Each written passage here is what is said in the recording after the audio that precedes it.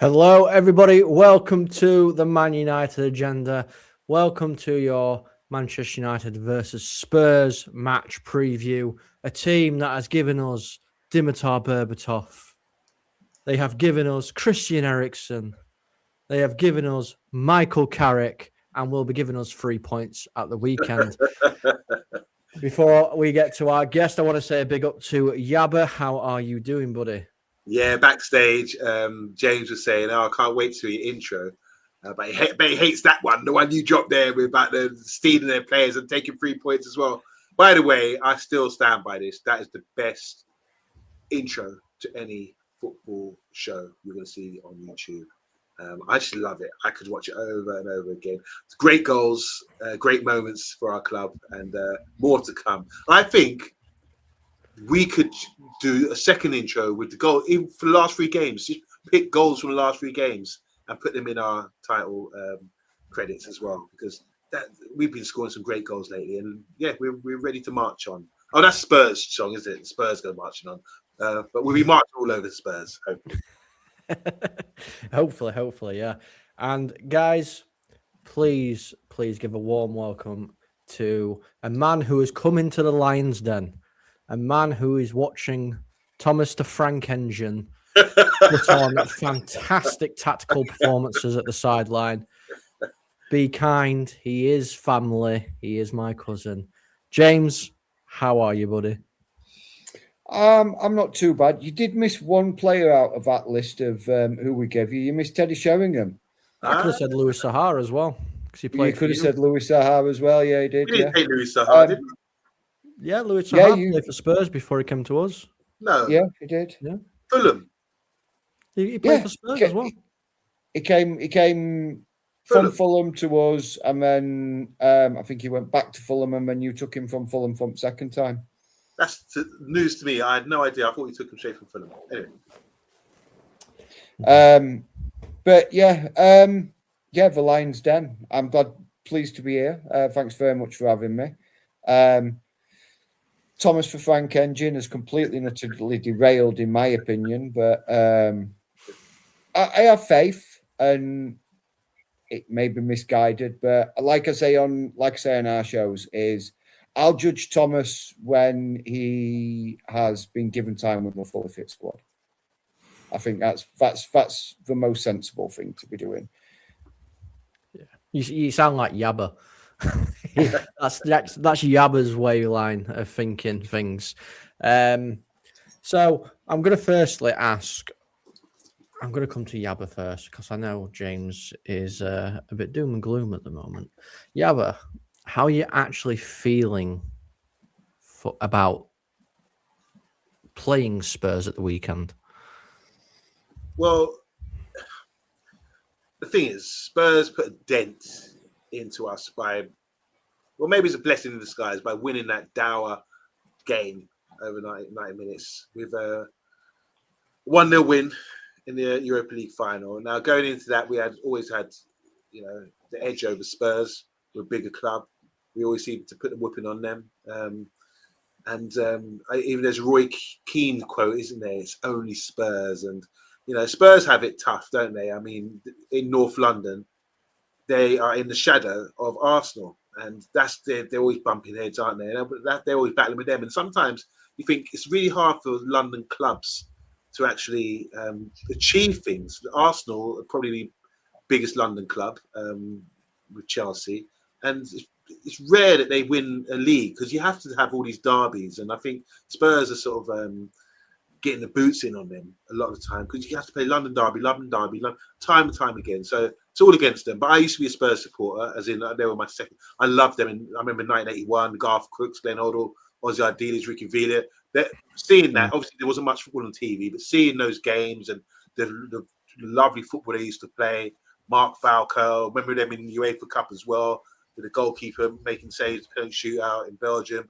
I had a love for Spurs, and the way they play their football.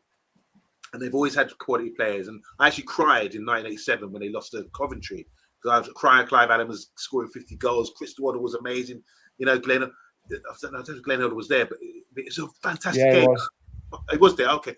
But I wanted Spurs to win because it was for football. It's for free flowing, good quality football. But yeah, Spurs are a special club in my heart. But going into the game, I just want. I don't want to take any sentiment with me about we've got to get them through what happened in the Europa League final. I just want to go. There's another hurdle that we have to cross. People might think we might take our foot off the gas, thinking, all right, looking at the league table, but Spurs will be an issue because I like their manager. If anything, he knows how to set up to be difficult. And with the injuries and everything they have, we cannot write them off because they've still got quality and they're starting to, a few. I mean, he made a signing in the window. Solanke's back on form. I know you mentioned yesterday, Colin, about the amount of injuries they have, but they've still got enough quality there that can't completely write them off. So it's going to be a game I'm confident we can win, but there's always that question mark. And I'd like to know today, a Spurs fan himself, where they're at and how they feel, because I haven't really been watching, but I've seen it. It's not looking good. Yeah, no, you're right, James. Obviously, I was wanting to know where you are. How are you feeling? I think this season for me as a Spurs fan was always going to be a transitional season. Obviously, we've lost Ange, even though he did win that game. I'm not saying it, Yabba. I'm not saying it, even though we did win that game.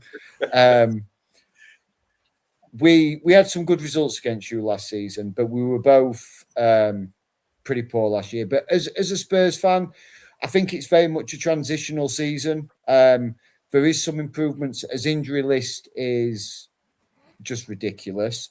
But like I say, we have got quality players there. We've got players who are able to step up. I mean, things are starting to come together a little bit. I saw it against the second half against Manchester City. That was I would probably say one of our better performances. When we played Dortmund in the Champions League, brilliant performance. Absolutely dominated them. So it's in there. You can see it's in there. I think at the moment, how I would see it is Spurs are playing kind of shackled. It's like for 45 minutes a game, they're like shackled, and then in either the second half, or we have a really good first half, and then the shackles going in the second half, or we have a really shackled first half, and then they come off in the second half. So it's kind of a strange situation. I know there's a lot of hate out there for Thomas Frank. I'm not that man. I'm not a Thomas Frank hater. Like I said, I'll judge him when he's got a fully fit team. If he's got a fully fit squad, I don't think we'd be in the position we're in if we had a fully fit squad. I mean, you look at some of our best playmaking players are out injured. I mean, we've not had Kulusevski since the end of last season. We've not had Maddison since pre-season. And Maddison looked sharp in pre-season. And it was just such an innocuous thing in the friendly against Newcastle. But it kind of sort of started the derailment of the season before it even started. And then it's just been 1 week after another. It's injury. And I'm not using that as an excuse. But you take probably 9, 8, well, no, not even 9, but 7 first-team players out of any team. That team is going to struggle. And then it's sort of patching it together, piecing it together. We've had Dragusin just coming back, asked to play 90 minutes against probably one of the best, or if not one of the best attackers in the Premier League at the moment in Erling Haaland. And we pretty much kept him quiet. He had nothing against us. Romero is Romero. Van de Ven, that man is just lightning quick. I hope he's able to start against you.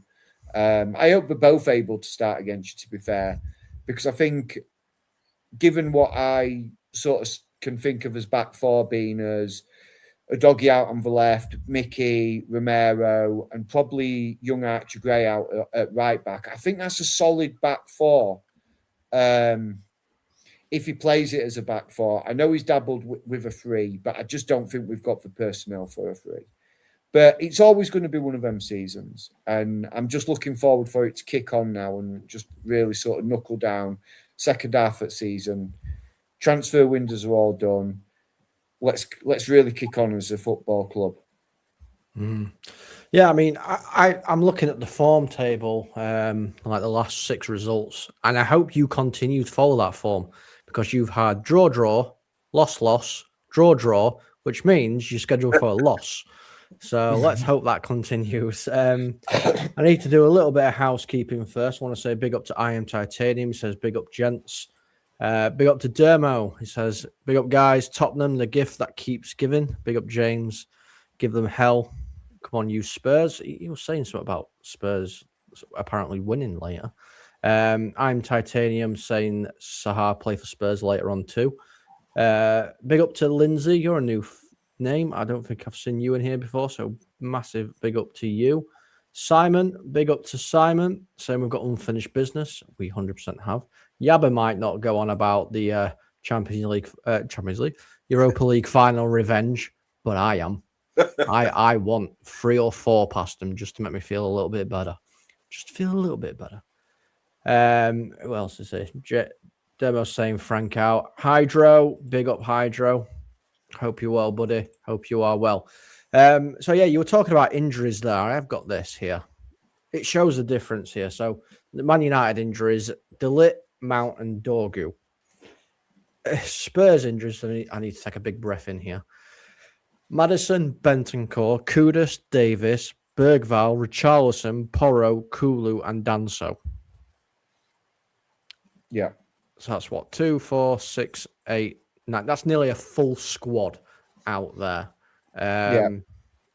I mean, yeah, but looking at those players that are out for Spurs, does it make you a little bit more confident?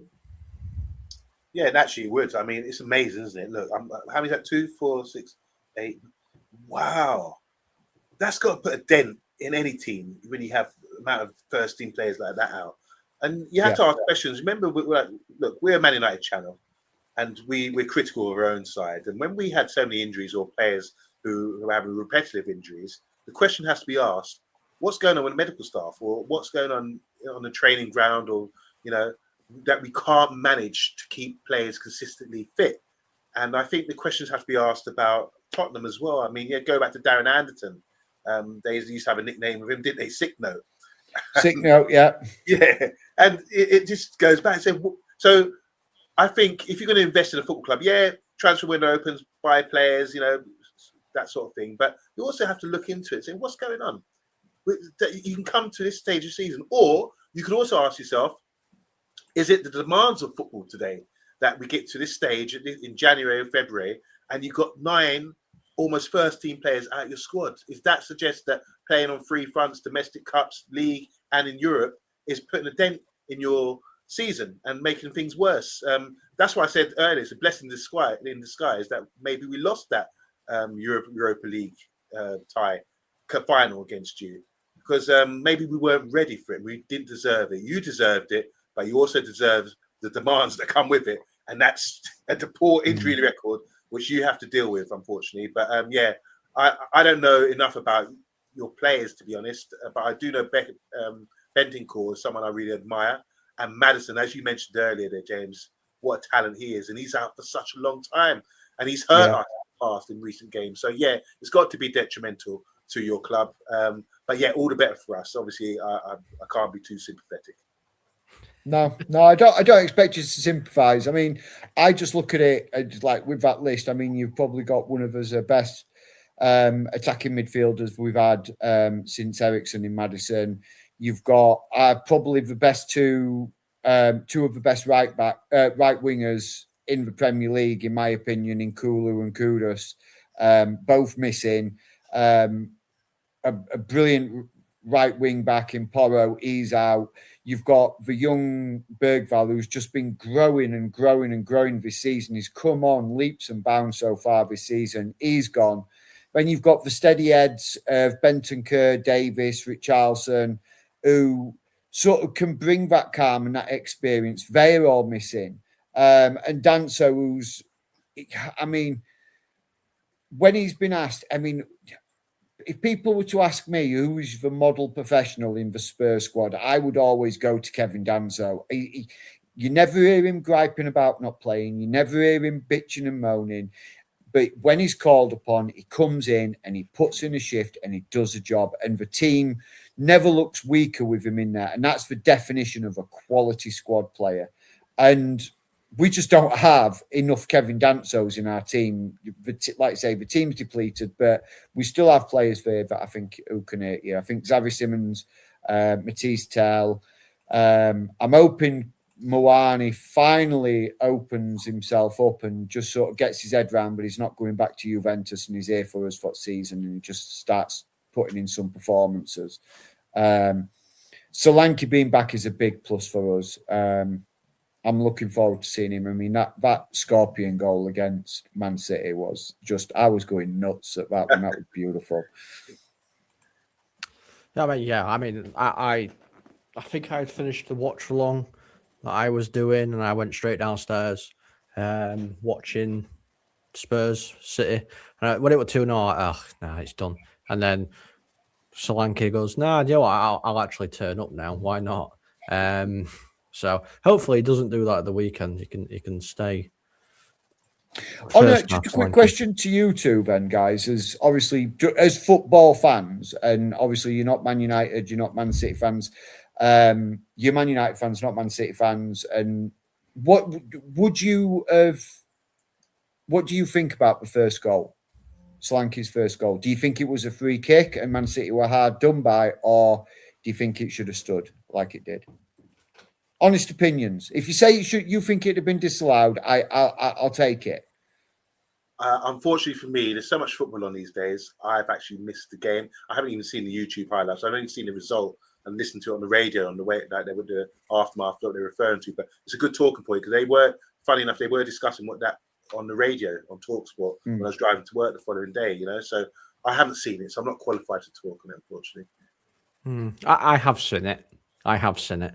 I think, see, it's really difficult because you always want to kind of give advantage to the striker. However, if that's a defender doing that to a striker, it's a penalty. Yeah. So, if it's a penalty, if a defender does it, it has to be a foul if a striker does it to a defender, regardless. I agree. I think we were lucky to get that goal, but that goal was what gave us that little bit of resurgence. So, but I agree. I think Man City had every right to feel a little bit aggrieved by it, to be fair. Yeah. It was and given with VAR, I was very surprised it didn't get overturned. Yeah. I mean, hopefully nothing like that will happen on Saturday. I want to say a big up to Bart, who's popped in as well. Hope you are well. And Hydro saying 2 of the best wingers in the Prem. I like this dude. He's got jokes. Well, he's related to me, Hydro, and he's a Spurs fan. Of course, he's got jokes. He decided to go against the whole family and be a Spurs fan, while the rest of us are United fans. Every single one here. So, yeah. But our injuries. It looks like Luke Shaw's passed his sick note over to De Ligt because he's still out. We don't know why he's still out, but he is. Mason Mount, again, as much as I love Mason Mount, he's made of glass, unfortunately. And, of course, Ballandorgu isn't available. Yeah, but you know what?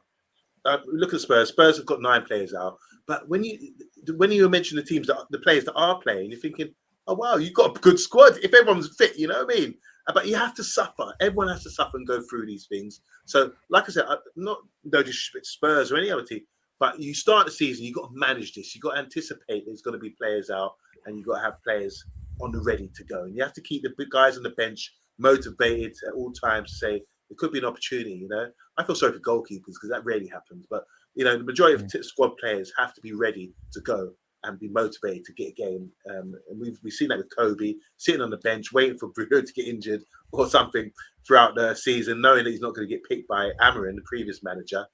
Bruno gets injured and he still doesn't really get a start, But, yeah, looking at our injury list, it's not that deep. I would just say this, though. There are question marks for me about Mount and De Ligt with their injury record. You only have to look. I'm not a data man. Maybe you can do me a favours later, Colin, and have a look at it. But I'm sure De Ligt was having a few issues. He had a good run at Bayern, that 4th season or so. And then before that, a few ups and downs and issues. He's been playing football. He's captain at Ajax at a young age. He's been playing top level football for a long time. He's maybe needs to look at his build and look at what's going wrong for him, why he keeps breaking down. And the same definitely applies for Mason Mount. I mean, when we thought he was sort of back and we were just sort of praying that he would have a good run of games. And once again, he gets injured again. So like we were saying earlier to James about, maybe you have to look at something else, scratch the surface, see what's going on at the club. I think with some players, they're just jinxed or they're not looking after themselves as they should. And I recall Ryan Giggs many years ago. He was always known for his pace, and then your hamstrings get tired as you get older. And he started doing yoga and stretching just to prolong his career. And the guy I mentioned on the show as well, who played to his 40 plus in the Premier League, the great Tony Sheringham. He was obviously doing something right. One of the page 3 girls, I don't know, was helping out. What's her name? Danny something? I can't remember. He used to get the birds, didn't he? But yes, you've got to start as a player. It's your responsibility as well as going to turn up at football and do your thing. Beyond that, how you sleep, how you drive your car, all these things you have to look at. If you've got a poor injury record like Mount and De Ligt have, that's something they need to look into for sure. Very similar to Richarlison, because Richarlison's injury record since he's come to Spurs is absolutely shocking. Yabba, he comes back. You think, all right, he's back. He starts to play a few games, and then he's out again. Last season was exactly the same. This season seems to be more of the same, and it does. And I know last year we actually sacked our entire medical team. And it was a complete change of the medical team because for Ange Postecoglou was like, what are you doing to my players? You're telling me they're fit, I'm playing them, and they're breaking down within 20 minutes, 30 minutes of a game. Was that the demands, like you say, is it the demands of the modern day football, of all the games, for short turnarounds in between games, 3 or 4 matches inside of 2 weeks? It's going to take its toll on the human body. And I know these guys get paid a lot of money for doing this job, and I would love to be paid to be able to do it. A, I'm too old now, and B, I'm too slow. Gone are them days. But yeah, even though the money's there, it doesn't mean that the human body is not susceptible to these things. And I just think that it is something that needs to be looked at within Tottenham of why for the last 2 seasons have we had so many injuries. Good point. Yeah, and just to answer your question, Yabba, I've just kind of narrowed it down to the last 3 seasons that he's played. I haven't looked throughout all of it because I'd be here forever. Of course, there's 2 full pages worth of injuries. He's missed 40 games in the last 3 seasons due to injuries. Yeah. And he's a centre back. Yeah. Centre backs, should have good careers. And they've not been short. They've not even been short. You know what I mean? They've been like 60. He's currently on 65 days for this one, 41 days for his last one, 84 for the one previous. Long-term injuries. Yeah, they are. Obviously, James, you've seen who we're missing: De Ligt, Mount, and Ballon d'Or. Yeah. Were you happy to see? Well, not happy as such, but were you a little bit more happy to see some of them players not playing, or did you think it wouldn't matter really? I think certainly over the last few games, since Amarin's been sacked and Carrick stepped in as your interim manager. I know there's always the new manager bounce, and we were discussing that off air in the back studio. There's the new manager bounce, but I don't think you've missed them so much. It doesn't appear that you've missed them.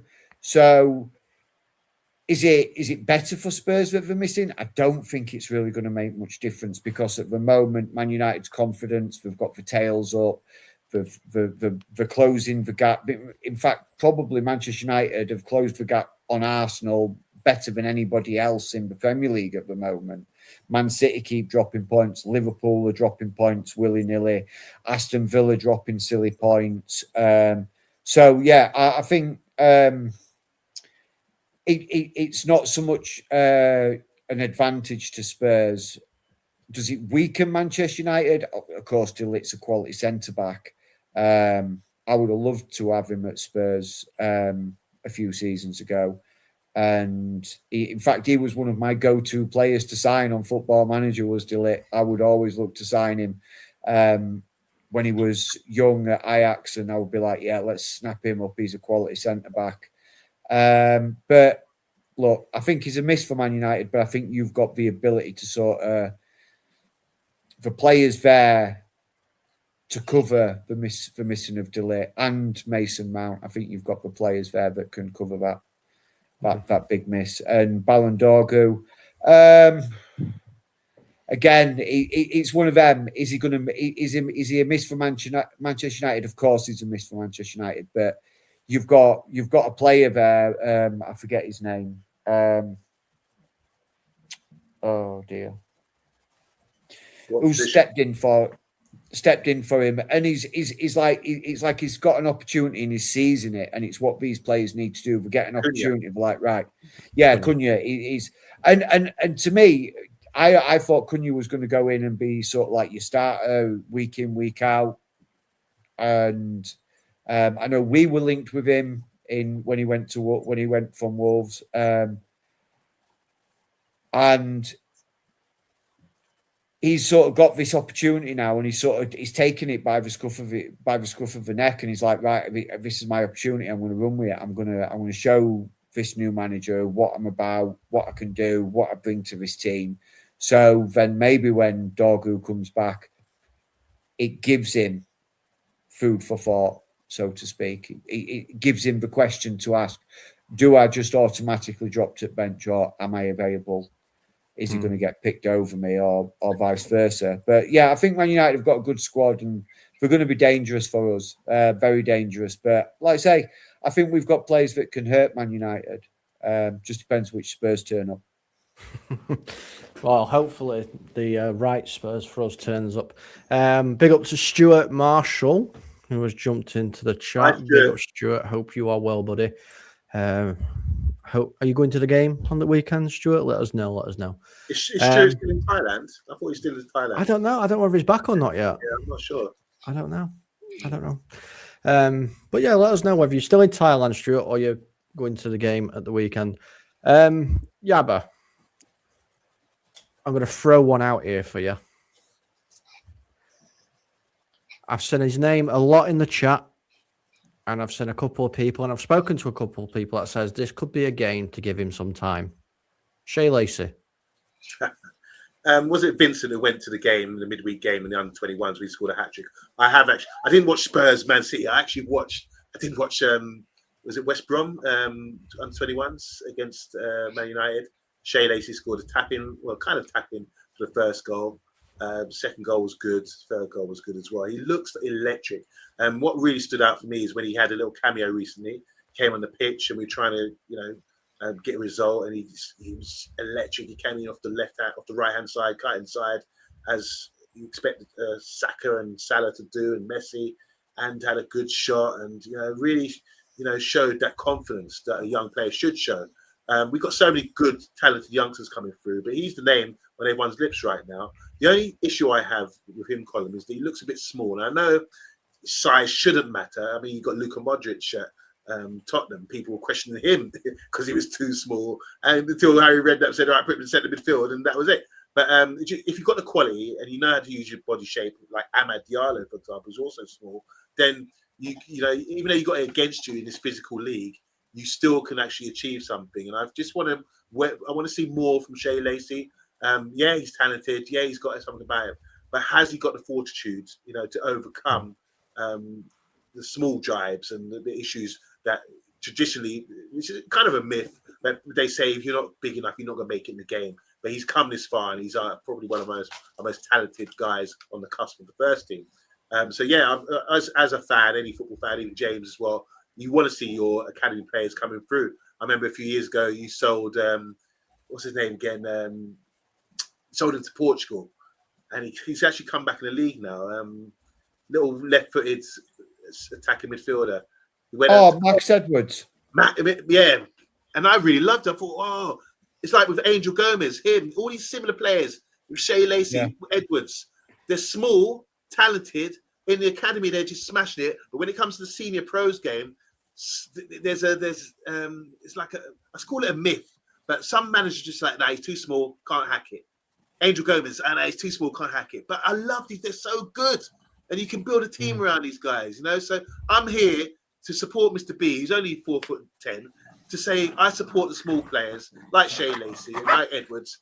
And let's see what happens with him. But it's still, he's got an opportunity, don't you think, Colin, to get in the team?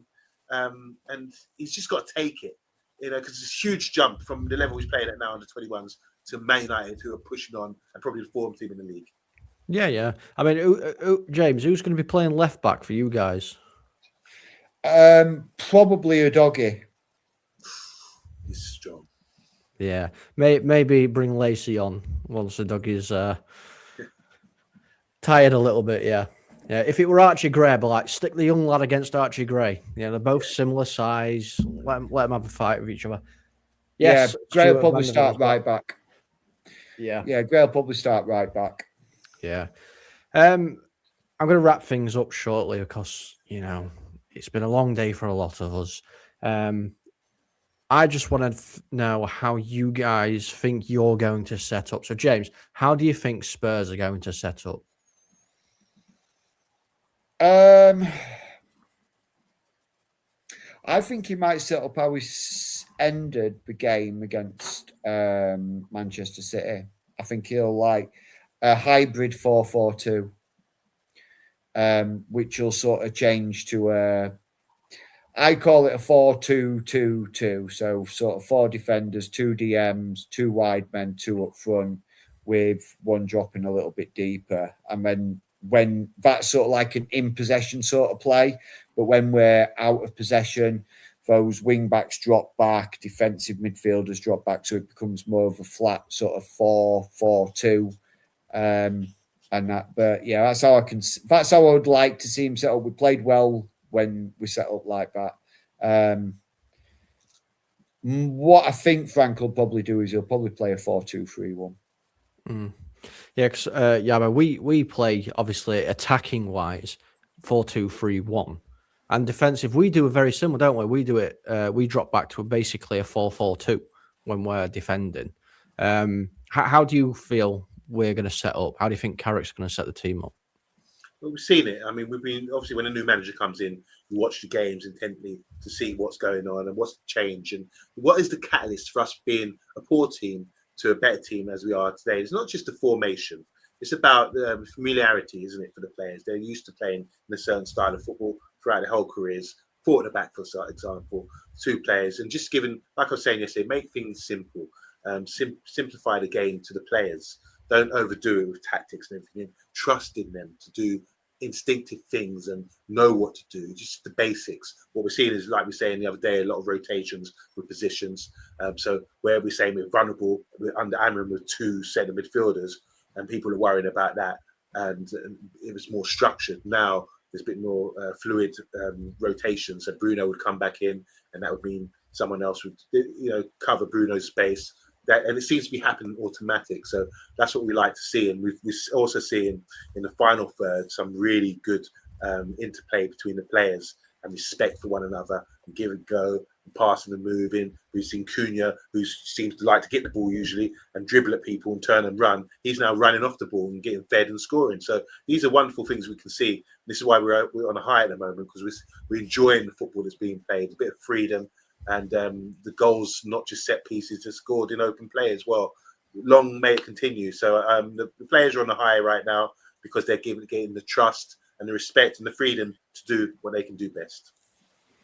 Yeah. Anyway, I've just put that 2-1 Spurs coys in, and it's come up as the agenda. We will find you. I will turn into Liam Nielsen. I will find you. That was me. I'll admit that was me, Con. You can come find me all you want. I'll find you. No, I mean, yeah, I think we're not going to change anything that we do, Yabba. To be honest with you, we'll let Spurs have the possession because we like playing counter-attacking football. Spurs will probably give us. It might be a case of for the first half an hour we're just passing each other the ball to try and hit a counter-attack going off because Spurs don't like to have possession either at times. So, no. But we'll see. We'll see. I want to say big up to Real Talk as well. Hope you're well. He said this is a proper test for Carrick. Yeah. I think he's probably right. It is a proper test. I mean, it is only Spurs, but it is a test still. Sorry, I had to get it out. Guys, get your score predictions in the chat because we're going to be wrapping up. James, score prediction for the game, buddy? Okay, so my heart tells me 2-1 Spurs. The realistic side of me is probably going to go with 3-1 Man United. Okay. Yabba. There's no disrespect. I would have said this anyway. I think we're overdue with the performances we're having, and we're at home against Spurs, who are depleted with their players out. I think it's going to be a heavy win for us and an impact game for the rest, for everyone to say, yeah, you might have won 3 in a row, and you might think we're lucky, but no, this is an impact game. We're going to actually put our foot down and actually go for it. I'm going for a 5-0 win. Oof. Oof. 5-0. Clip it. I think we're going to win big. I think we got to go out there and prove to everyone. We had a week of, week off. We get all these days off to training and enjoying. You've seen the training clips on YouTube. The fact that the players are enjoying themselves, they're happy, and it's like ready to put the next team to the sword. Unfortunately for James, it's Spurs. We've got Simon saying might be a drab goalless match, but he's not tempting the fate. Matthew Bassett's going for a 3-1 United win. Dermo's going for a 4-1 Spurs win. Dermo, you can barely score 2, let alone 4. What are you going on about? I am going to go for Manchester United 4, Spurs 2. That's what I'm going to go for. Sounds like a good game. Simon's gone for a 2-1 United win. And I think Šeško will score the winner. Just saying. Real talk, 2-2 draw. 2-2 draw. Fair enough. James, before we shut things down, let everybody know where they can find you. So, guys, you can, if you're interested in following a real football club, you can follow me over on THFC Till We Die. We have our very own YouTube channel as well, so please jump over there. You can also follow me on X at JamesTHFC, and please hit follow on there. I post quite regular on there. I post transfer rumours when the transfer wins in there. And yeah, so I'm over on there as well. Smashing stuff. Yeah, make sure you go over there, guys, and follow. They're very, very good to watch whilst you're on the toilet, doing your business, because that's what Spurs channels. Go on, Yawa. Go on. All right, quick question for James. I always ask this because I love football. I love history of football, and Spurs had some fantastic players over the years. And 2 of your best strikers are probably 2 of the best strikers England have ever had as well. Maybe 3 with Lineker as well. So I'm going to ask you, who's the best in order? Harry Kane, Gary Lineker, and Jimmy Greaves. You see, the 3 very different players, Yabba. But if I was, even though Kane broke Greaves' scoring record, Jimmy Greaves was just what he could do with a football was just it was breathtaking. So for me, I would have to go with Jimmy Greaves, Harry Kane, and then Gary Lineker. And I grew up like when at the start of the show, Yabba, you were reeling off some of the Spurs players, and I'm just like, God, yeah, they were like my heroes when I were a kid.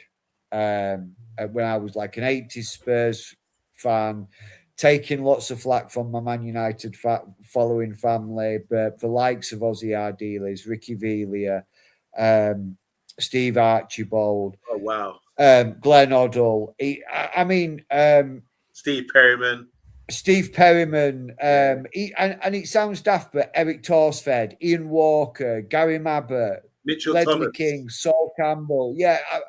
The list is long with me of Spurs fans. Spurs I've just sort of like been blown away by. I mean, Gareth Bale was just like breathtaking when we had him. Modric, a Van der prime Vaart. Dele Alli, Van der Vaart. When we signed Van der Vaart, I was gobsmacked. I mean, we've had some quality players, and it's just one of those for if you could get all those players into one team and just take them out of time and dump them all into one team, we could have had one hell of a team. We really could. Well said. But yeah, absolutely brilliant team, brilliant history in our club. And I will always be a Spurs fan. Nobody will ever tell me otherwise. I mean, if we're going on Spurs players that people liked, this is the last thing I'll say. There was one Spurs player that I actually admired, and I still actually watch clips, and that is Ginola.